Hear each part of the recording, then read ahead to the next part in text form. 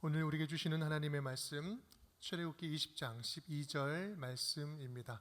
한 절 말씀 우리 큰 소리로 다 함께 읽겠습니다. 내 부모를 공경하라. 그리하면 내 하나님 여호와가 내게 준 땅에서 내 생명이 길리라. 아멘. 함께 따라하겠습니다. 십계명의 다섯 번째, 내게 하듯 하기를. 십계명의 다섯 번째, 내게 하듯 하기를. 오늘부터 십계명 시리즈를 시즌 2로 다시 시작하고자 합니다. 지난달 우리는 제 4계명까지 함께 살펴봤는데요. 십계명은 크게 두 부분으로 나누어진다 말씀을 드렸습니다. 하나는 첫 번째에서 네 번째 계명까지 하나님과의 관계에서 지켜야 할 계명이요, 두 번째는 다섯 번째에서 끝까지 이 6가지 계명은 사람들 사이에서 지켜야 할 계명으로 구성이 되어 있지요. 사람들과의 관계에서 지켜야 할 계명 가운데 첫 번째 계명이 오늘 우리가 함께 나누는 계명, 다섯 번째 계명, 내 부모를 공경하라입니다. 오늘 어버이 주일을 맞이하면서 이 다섯 번째 말씀을 함께 나누고자 합니다. 이 다섯 번째 계명은 크게 두 가지 특징을 가지고 있습니다. 첫 번째는 십계명의 이 큰 두 부분을 연결하는 연결고리와 같은 계명이다라는 거예요. 네 번째 계명까지는 엘로힘, 하나님과의 관계이기 때문에 하나님이라는 그 단어가 계속해서 등장을 하는데요, 이에 반해서 인간들 사이에서 지켜야 할 이 계명들에는 이 단어가 나오지 않아요. 그런데 유일하게 이 다섯 번째 계명만큼은 엘로힘이라는 하나님이라는 단어가 나옵니다. 여러분, 이것은 아주 유의미한 건데요, 인간 관계 가운데 하나님이 직접적으로 개입하고 드러나는 관계가 바로 부모 자식 관계다라는 말씀을 하는 겁니다. 그만큼 하나님께서 가장 관심 있게 보시는 우리 인간들 사이의 모습, 그리고 우리의 삶이 있다면 그건 바로 부모를 공경하는지 공경하지 않는지 관심 있게 보신다는 말씀이죠. 또 하나의 특징이 있는데 그것은 약속이 있는 첫 계명이다라고 말씀합니다. 에베소서 6장 2절 말씀, 내 아버지와 어머니를 공경하라. 이것은 약속이 있는 첫 계명이니. 이 다섯 번째 계명은요, 10계명 가운데서 유일하게 보상이 있는 계명이에요. 그리하면, 내 부모를 공경하라. 그리하면 내 하나님 여호와가 내게 준 땅에서 내 생명이 길리라, 장수하리라 라고 하십니다. 여기서 길다라고 하는 것은 단순하게 시간적으로 장수한다는 의미 이상의 의미가 있죠. 더 깊은 의미가 담겨져 있습니다. 삶의 진정한 기쁨, 그리고 가치, 그리고 하나님이 주시는 풍성함을, 생명력을 풍성히 누리며 살아갈 수 있다는 것을 말씀을 합니다. 즉 하나님과의 관계만큼이나 가장 우선시되는 사람 사이에서의 계명이 있다면 그거는 바로 부모를 공경하는 것이요, 부모를 공경하는 것부터 하나님의 뜻을 이루며 살아가는 하나님의 자녀가 될 수 있다라는 것입니다. 오늘 어버이 주일에 이 다섯 번째 십계명을 함께 듣습니다. 오늘 이 말씀이 5월 가정의 달이 되면 의뢰 듣는 그런 말씀이지 않았으면 좋겠어요. 우리 가운데 효도에 대해서 자신 있게 말할 수 있는 사람이 얼마나 되겠습니까? 잘해도 못해도 후회스럽고 죄송한 것이 우리 부모에 대한 우리의 마음이죠. 오늘 말씀을 통해서 이 땅에 계시거나 먼저 떠나셨거나 십계명 말씀 안에서 부모의 은혜를 다시 기억하고 또 감사함을 마음에 새기는 복된 시간 될 수 있기를 주님의 이름으로 축복합니다. 내 부모를 공경하라, 이 명령에 사실 이견을 달 사람은 아무도 없습니다. 당연한 일이고 마땅한 말씀이죠. 그런데 여전히 우리는 이 말씀 앞에 우리 안에 해결되지 않는 질문들이 있는 게 사실입니다. 현실적으로 공경하지 못할 만한 악한 부모를 우리는 그렇다면 어떻게 공경해야 될 것인가? 공경하고 싶어도 부모 같지 않은 부모의 폭력, 부당한 폐악질, 그 속에서도 우리는 공경을 해야만 하는 것일까? 자녀들에게 부당한 죄를 조장하고 영적으로 육적으로 무너지게 하는 이런 필연적인 부모 자식 간에도 공경하고 순종해야만 하는 건가? 사실 현실적으로 보면 이 폐륜적인 자식들뿐만 아니라 악독한 부모들도 참 많이 있습니다. 예전에 제가 청년 사역할 때 한 여자 청년의 어머니가 그랬어요. 자기 딸을 돈 버는데 이용을 하는 거예요. 이거 진짜 엄마 맞나 싶을 정도의 마음이 드는 거예요. 돈을 매주 계속해서 갈취하고 교회 다니는 것도 극심하게 핍박을 합니다. 교회에서 청년부에서 함께 기도하면서 돌보는데 저에게도 한 번은 칼 들고 교회 쫓아오겠다고 막 해서 007 작전을 폈던 그 기억이 눈에 선해요. 정상적이지 않은 가정, 폭력적이고 악한 부모에게 어디까지 순종하고 얼마만큼 공경해야 하는 것일까? 정말 쉽지 않은 문제입니다. 다만 우리가 여기서 이 문제를 좀 분명히 좀 짚고 넘어간다면, 부모를 공경하라라는 이 말씀은 부모의 인격 때문에 공경하라는 말씀이 아닙니다. 하나님께서 우리를 이 세상에 보내실 때 우리가 좋던 싫던 우리를 이 땅에 태어나게 한 그 부모의 역할이 있기 때문에 그 역할을 보고 존중하라라는 말씀이죠. 부모의 인격과 영적인 수준과는 상관없이 나의 생명을 있게 한 부모이기에 그 지위에 대해서는 존중하는 자세가 있어야 한다라는 말씀을 하는 것입니다. 또한 공경을 말할 때 가정 안의 권위와 질서가 상실된 경우에 문제가 발생됩니다. 폭력적인 남편도 문제지만 구타당하는 남편의 비율이 점점 느는 것도 사회적인 심각한 문제입니다. 이제는 가정 안에 모든 권위와 질서가 산산조각 나고 있어요. 부모의 권위가 실추된 기형적인 가정 안에 어떻게 이 말씀, 이 공경하라는 말씀이 실천될 수 있을까? 사무엘상 2장은 이렇게 말씀하는 부분이 있습니다. 너희는 어찌하여 내가 내 처소에서 명령한 내 재물과 예물을 밟으며 내 아들들을 나보다 더 중히 여겨 내 백성 이스라엘이 드리는 가장 좋은 것으로 너희들을 살지게 하느냐? 하나님께서 제사장 엘리에게 이야기를 하는 거거든요. 엘리의 아들들이 하나님의 제사, 제물들을 마음껏 갈취하는 것을 보고 하나님께서 책망하시는 거예요. 엘리의 가정을 보면 네가 네 아들들을 나보다 더 중하게 여겼다. 하나님 앞에서 엘리의 영적인 권위가 무너지고 질서가 완전히 사라지니 자식들이 우상이 되어버리는 거예요. 자식은 말을 듣지도 않고 부모가 쩔쩔매는 현상. 이런 집에 어떻게 부모에 대한 공경심이 살아있을 수 있을까? 또 공경함을 말할 때 또 다른 문제는요, 마음이 없는 형식적인 공경이 문제죠. 말로는 부모님을 공경한다고 하는데 결정적일 때 순종하지 않아요. 부모가 원하는 것이 아니라 자기중심적으로 섬기는 거죠. 겉으로는 잘 모시는 것 같지만 마음이 없는 순종, 억지로 하는 효도. 우리의 공경함이 진심이 결여된 형식적인 것이라면 그것을 부모 공경이라고 말할 수 있는 것일까요? 예수님도 그러한 가식적인 불효의 문제를 아주 정확하게 꿰뚫고 지적하셨습니다. 마가복음 7장 11절 말씀, 너희는 이르되 사람이 아버지에게나 어머니에게나 말하기를, 다 함께 읽어볼까요? 내가 드려 유익하게 할 것이 고르반 곧 하나님께 드림이 되었다고 하기만 하면 그만이라 하고. 소위 믿음 좋은 사람들이라고 이야기하는 사람들이, 하나님의 자녀라고 이야기하는 작자들이 말로는 부모를 공경한다 하면서 정작 부모를 섬겨야 될 때 섬기지 않는다는 거예요. 예수님이 지금 무엇을 지적하고 있습니까? 부모를 섬겨야 될 때 고르반, 핑계대는 거예요. 하나님께 드림이 되었다라고 하면, 이렇게 말하기만 하면 부모를 봉양하지 않아도 합법적인 면죄부를 얻는 거예요. 얼마나 다양한 방법으로 핑계대고 섬기지 않는 거예요. 모시지 않는 거예요. 사실 이런 불효에 대한 문제들은 고대 사회부터 심각한 사회 문제였습니다. 그래서 하나님은 신구약을 막론하고 이 공경함에 대해서는 아주 엄중하게 말씀을 하셨습니다. 이러한 엄중함은 이 공경이라는 단어의 의미 안에 담겨져 있는데요. 이 공경은 카베드, 히브리어로 카베드입니다. 이 어근이 세 가지 정도의 의미가 있는데, 무게를 달다, 영화롭게 하다, 카보드라는 의미, 또 세 번째는 무겁다, 비중이 크다, 중요하다라는 의미가 있는데, 이 공경의 말씀의 그 단어의 어근은 세 번째에 있어요. 무겁다, 비중이 크다라는 거예요. 이 단어가 신약으로 오면서 의미가 조금 변형되게 되는데, 장기, 의학용어로 쓰면서 장기 중에 간을 의미할 때 카베드라고 이야기합니다.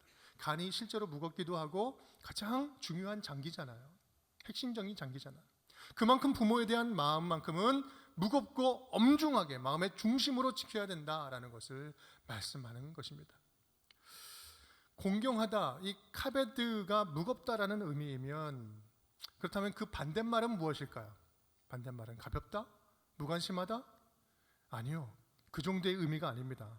히브리어로 카베드의 반대말은 칼랄이라고 이야기하는데 이 칼랄은 저주하다, 경멸하다, 켈랄라, 이 저주라는 단어가 여기서 나온 거거든요. 저주하다, 경멸하다. 공경이 아니면 경멸이라는 거예요. 공경하지 않는다면 이는 곧 저주와 경멸이라는 거다. 중립이라는 게 없어요. 부모에 관한 문제는요, 적당히 피해갈 문제가 아니다라는 말씀을 하고 있는 거죠. 이 칼날을 잘 보여주는 창세기의 이야기가 있습니다. 창세기 19장 말씀을 보면 하나님께서 소돔을 심판하실 때 롯이 두 딸과 예비 사위들을 불러다가 하나님이 심판하실 것이니 이 도시를 떠나라고 이야기를 하죠. 그때 그들이 어떻게 반응을 했습니까? 그들이 그 말을 농담으로 여겼더라. 농담으로 여겼더라. 이것이 칼날이에요. 어른 말을 말 같지도 않게 듣고 다 비웃었다는 거죠. 롯을 향한 어떤 권위도 존중도 그들에게서 발견할 수가 없습니다. 비웃은 거예요. 경멸하고 무시하는 태도죠. 그 태도가 어떤 결과를 낳았습니까? 그들의 씨는 흔적도 없이 그 도시와 함께 불타서 없어져 버렸어요. 다윗의 아들 압살롬은 어떻습니까? 아버지 다윗의 왕권과 권위에 정면으로 도전해서 반역을 일으켰죠. 그는 백주 대낮에 아버지 다윗의 여인들을 범하였는데 이는 아버지의 권위를 대놓고 능멸하는 아주 상징적인 행위였습니다. 그는 자기 이름을 위해서 기념비를 세우고 자기의 권위를 자랑을 했죠. 그는 또한 정말 잘생기고 뭐가 아름다웠어요? 머리털이 너무나 아름다웠습니다. 그런데 결국 무엇 때문에 죽습니까? 그 머리털 때문에 죽잖아요. 전투하다가 나무에 머리털이 걸려서 대롱대롱 매달렸을 때 요압과 그의 부하들이 찔러 죽입니다. 여러분, 성경은 분명히 말씀합니다. 부모에 대한 권위가 무너진 곳에 하나님의 엄중한 심판이 기다리고 있다라는 사실 말입니다. 반대의 경우도 있어요. 야곱의 아들 요셉은 어떻습니까? 요셉은 형들에게 인신매매를 당해서 꽃다운 그 청춘의 아주 좋을 나이에 처참하게 종살이를 삽니다. 그랬던 요셉이 극적으로 애굽의 총리가 되어서 22년 만에 가족을 다시 만나고 상봉하게 되죠. 그때 요셉은 가족들에게 어떻게 대합니까? 아버지 야곱의 권위를 높여주죠. 하나님께 받은 영적인 권위를 가지고 아버지 야곱이 바로에게 축복하도록 합니다. 그리고 그 아버지 앞에 자기의 두 아들을 데려가서 안수받게 하죠. 그 영적 권위 앞에 들어가는 겁니다. 아버지가 죽은 후에는 야곱의 유언에 따라서 그 유고를 유대 땅 막벨라 굴 그 조상의 묘실이 있는 데까지 멀리 가서 거기 장사 지내고 돌아옵니다. 자기를 팔아넘긴 형들에게는 어떻게 합니까? 원수를 갚은 것이 아니라 오히려 그들의 권위를 세워주고 형들의 살 길을 각각 다 책임져 주죠. 가정의 질서가 회복되는 거예요. 여러분, 가족 안에서 생길 수 있는 모든 상처와 고통, 요셉만한 사람이 있을까요? 요셉은요, 모함당하고요, 왕따당하고요, 살해 위협을 받고 인신매매를 당했어요. 형제들로 하여금. 그리고 먼 타국에 인신매매로 팔려갑니다. 억울함과 고통, 인생의 쓴뿌리로 따지면 요셉만큼 상처와 쓴뿌리가 깊은 사람 없습니다. 하지만 요셉은요, 자기의 인생에 일어난 이 모든 일들을 하나님의 계획, 하나님의 뜻 안에서 해석하고 모든 일을 하나님 안에서, 하나님 말씀 안에서 순리대로 풀어갑니다. 하나님의 질서 안에서 풀어가죠. 그렇게 하나님 앞에서 주어진 권위와 질서에 순응한 요셉 인생의 결말은 어떻게 됩니까? 말 그대로 하나님께서 직접 책임져 주시는 인생, 구원의 계보를 잇는 모든 민족을 살리는 그 놀라운 생명의 통로가 되지 않았습니까? 여러분, 바로 이것이 십계명에서 말씀하신 이 약속 아니겠어요? 말씀, 내 부모를 공경하라. 그리하면 내 하나님 여호와가 내게 준 땅에서 내 생명이 길리라. 생명의 근원을 귀하게 여기는 자에게 그 생명이 끊이지 않는 영원함의 약속을 허락하실 것입니다. 생명의 근원을 귀하게 여기는 마음, 생명의 근원을 기뻐하고 감사할 줄 아는 믿음, 바로 여기에 제 이 5계명만이 가지고 있는 숨은 가치가 들어있는 거예요. 생명의 근원이 하나님께 있다는 사실을 깨달을 때 우리는 육신의 부모를 공경할 수 있게 되고 육신의 부모를 귀하게 여김으로 나에게 생명을 주신 하나님께 감사와 찬양과 영광을 올려드릴 수 있게 되는 것이기 때문에 그렇습니다. 그래서 레위기에서는요, 부모를 경외하라라고 말씀을 합니다. 함께 읽어볼까요? 너희 각 사람은 부모를 경외하고 나의 안식일을 지키라. 나는 너희의 하나님 여호와이니라. 아멘. 부모를 경외하고 나의 안식일을 지키라. 여러분, 이것은요, 지금 그냥 쑥 읽었지만 굉장히 이례적인 표현이에요. 경외하라라는 이 단어는 오직 하나님만을 대상으로 쓰는 단어가 경외하다라는 단어예요. 근데 오늘 지금 여기서는 사람을 향해서 쓰고 있습니다. 사람을 향해서 쓰는 유일한 대상이 누구예요? 부모라는 거예요. 부모라는 거예요. 부모를 경외하라라는 이 말은요, 이 땅의 부모를 하나님과 동일한 위치에 놓고 한 말씀인데, 이 부모야말로 생명의 근원을 깨닫게 하는 하나님의 대리자다라는 말씀입니다. 즉 육신의 부모는 생명의 근원이신 하나님을 기억하게 하고 하나님 안에 있는 영원한 생명을 유업으로 있게 한 생명의 통로다라는 말씀입니다. 그러하기에 내 부모는 나를 대신한 나의 대리자이기에 내 부모 공경하기를 내게 하듯 해라. 내 부모 공경하기를 나 하나님 대하듯이 해라. 이것이 바로 십계명 5계명의 핵심입니다.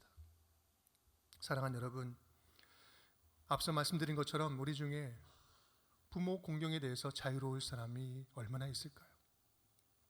저도 그렇습니다. 저희 부모님 생각하면 죄송한 마음뿐입니다. 지금도 함께 예배를 드리고 계실 텐데 제가 이 자리에 서서 설교하기가 정말 부끄러워요. 1년 중 설교 중에서 가장 힘든 설교가 이 어버이날 설교예요. 4시간만 열심히 달려가면 갈 수 있는 이 한 나라에 살면서도 바쁘다는 핑계로 거의 못 가고 있습니다. 가끔씩 뵐 때마다 주름과 흰머리가 늘어가시는데 마음만 아파요. 늘 통화하면 교회 사역으로 바쁘니까 오지 말라고 말씀은 하시지만 속내는 아닌 것을 잘 알면서도 고르반 이 현대판 바리새인은 아닌지 스스로 너무나 부끄럽습니다. 여러분, 그런 마음 가지신 분들 저 외에도 많이 계시죠. 우리 중에는 역기능적인 가족 안에서 상처받는 분들도 참 많이 계십니다. 사실 육신의 아버지로부터 씻을 수 없는 상처를 받고 이 아버지라는 단어만 나와도 두렵고 분노가 나고 고통스러워 하시는 분들도 참 많이 계십니다. 그분들은요, 그 상처로 인해서 이 하나님을 아버지라고 부르는 것조차 힘들어 하시는 거예요. 더 이상 용서할 힘도 없고 관계 회복할 기회도 없고 의지도 꺾인 분들 우리 가운데는 참 많이 계십니다. 이제 좀 철이 들어서 잘해드리고 싶은데 부모님들은 기다리지 않고 이 세상을 떠나셨습니다. 살아계실 때 상처되게 했던 말 한마디가 가슴에 걸려서 너무 후회스러운데 돌이킬 수도 없고 생각할 때마다 부모님 생각날 때마다 눈물이 앞을 가리는 분들 우리 가운데 계시죠. 지금 부모님 살아계시긴 하는데 떨어져서 보고 싶다가도 가끔 만나면 꼭 마음에 없는 말로 부모님 마음에 비수를 꽂고 또 후회하고 다투고 또 후회하는 이 고질적인 습관을 가지고 있는 우리의 모습들 얼마나 많이 있습니까? 우리가 부모님을 생각할 때 우리 안에 드는 이 마음들은요, 이렇게 참으로 참 복잡하고 다양합니다. 어떻게 해야 할까요? 어떻게 해야 될까요? 그러면 우리는 어떻게 십계명의 이 5계명 말씀을 오늘 우리 모두에게 주시는 말씀으로 받을 수 있을까요? 상황과 여건과 각 가정 상황은 다 다르지만 오늘 우리에게 주시는 말씀은요, 분명합니다. 모두에게 똑같습니다. 모두에게 다 동일하게 주시는 말씀이에요. 분명하고 선명합니다. 오늘 말씀의 제목이에요. 내 부모 공경하기를 내게 하듯 해라. 나에게 하듯 해라. 너희가 나를 사랑하고 나를 하나님으로 믿고 섬기고 따르느냐? 그렇다면 내 부모를 나처럼 여기고 나에게 하듯이 내 부모에게 행하라. 왜냐하면 네 부모는 나를 대신해서 너에게 생명을 준 나의 대리자이기 때문에 그렇다. 에베소서와 골로새서는 이 모든 사람들 사이에서 일어날 수 있는 모든 관계의 문제의 해법을 아주 선명하게 말씀해 줍니다. 함께 읽어볼까요? 기쁜 마음으로 섬기기를 주께 하듯 하고 사람들에게 하듯 하지 말라. 무슨 일을 하든지 마음을 다하여 주께 하듯 하고 사람에게 하듯 하지 말라. 주께 하듯 해라. 주께 하듯 해라. 이 말을 다르게 하면 그 사람 안에 계신 주님을 공경해라 라는 말이죠. 여러분 혹시 부모님이 이미 돌아가시고 곁에 계시지 않습니까? 여러분 꼭 기억할 수 있기를 바랍니다. 돌아가셨다고 해서 공경할 기회가 사라진 게 아닙니다. 내 돌아가신 부모 공경하기를 내게 하듯 해라. 어떻게 돌아가신 부모님을 하나님처럼 공경할 수 있을까요? 우리가 눈에 보이지 않는 하나님을 믿고 섬기고 따르는 것처럼, 하나님을 향해서 감사함으로 기도하면서 나아가는 것처럼 우리가 사는 날 동안 부모님을 감사함으로 기억하고 기념하는 일이에요. 다른 복잡한 감정은 다 버리고 남은 인생, 남은 삶 동안은 감사함만 붙잡고 기억하는 거예요. 그것이 부모님을 공경하는 것입니다. 생명을 유업으로 주신 부모님을 감사하면서 최선을 다해서 우리의 삶을 살아내는 것, 그래서 다시 만날 그때에 부끄럽지 않고 당당하고 자랑스러운 모습으로 떳떳하게 만날 날을 준비하는 것, 여러분 그것이 바로 우리가 할 수 있는 최선의 효도 아니겠습니까? 아픈 과거를 상처로 그대로 남겨두지 말고 생명 주신 그 은혜에 감사함만 붙잡을 수 있기를 간절히 바랍니다. 그런 의미에서 효도는요, 부모님 살아계시는 동안 하는 것이 효도가 아니라 우리가 죽을 때까지 할 수 있는 것이 효도인 것이 분명합니다. 또 여러분 부모님이 아직 살아계십니까? 두말할 나위 없이 똑같습니다. 동일합니다. 지금 부모 자식 간의 관계가 좀 어색하고 서먹합니까? 관계가 끊어졌습니까? 멀어졌습니까? 관계가 좋습니까? 관계의 정도와 질과 상관없이 하나님의 원하시는 마음은 똑같아요. 네가 나를 사랑한다면 지금 네 부모를 나에게 하듯이 대해라. 네가 나를 진짜 믿고 섬기고 따른다면 나를 대하듯이 네 부모에게 행해라. 보는 바 그 형제를 사랑하지 아니하는 자는 보지 못하는 바 하나님을 사랑할 수 없느니라. 나를 사랑한다고 하는 나의 자녀들이 눈에 보이는 내 부모도 섬길 줄 모르면서 어떻게 눈에 보이지 않는 나를 아버지 하나님 아버지로 섬길 수 있겠느냐? 내 부모는 나를 대신해서 너에게 생명을 준 나의 대리자다. 그것만으로도 너는 네 부모를 사랑하고 섬겨야 할 이유가 충분하다. 여러분 이 말씀 앞에 우리는 이런 고백이 필요하지 않을까요? 함께 읽어보겠습니다. 나의 부모님은 내게 생명을 주신 눈에 보이는 주님입니다. 눈에 보이는 주님입니다. 사실 부모를 공경하라는 이 말씀은요, 뭐 논리적인 말로 강조할 내용이 아니죠. 아무리 갚아도 다 갚을 수 없는 더 큰 것을 우리는 이미 부모님으로부터 받았습니다. 물론 다 갚지도 못하겠지만 지금이라도 공경함을 표현할 수 있는 길이 있다면 그것은 바로 살아계시나 이미 떠나셨거나 지금부터라도 죽게 하듯이 감사함을 표현하고 감사함만을 붙잡고 기억하고 죽게 하듯이 섬기는 일 아니겠습니까? 작년 말에 12월 28일에 우리 장인어른 고은 목사님께서 하나님의 부르심을 받았습니다. 작년 말부터 마음의 준비는 했다 하지만 막상 보내드리고 나니까요, 그 빈자리가 너무나 크게 느껴지는 거예요. 이 부족한 종 설교를 하면 멀리서 함께 예배 드리시고 때로는 잘했다, 때로는 이건 이렇게 하면 좋겠다, 저에게 그러한 조언을 해주시면서 사랑으로 보듬어 주시던 그분이 지금은 이제 안 계십니다. 가만 잘 있다가도 순간순간 슬퍼하면서 눈물을 훔치는 아내를 보면서 사랑하는 이를 떠나보내는 텅 빈 마음을 치료하는 약이 있다면 그것은 힘겹지만 충분히 애도하고 아파하면서 그리움을 버텨내는 물리적인 시간이 아닐까 생각이 듭니다. 그분들을 위로할 수 있는 것도 함께 그 시간을 그저 곁에서 아파하면서 함께 그 시간을 보내주는 것, 그것이 가장 큰 위로가 아닐까요?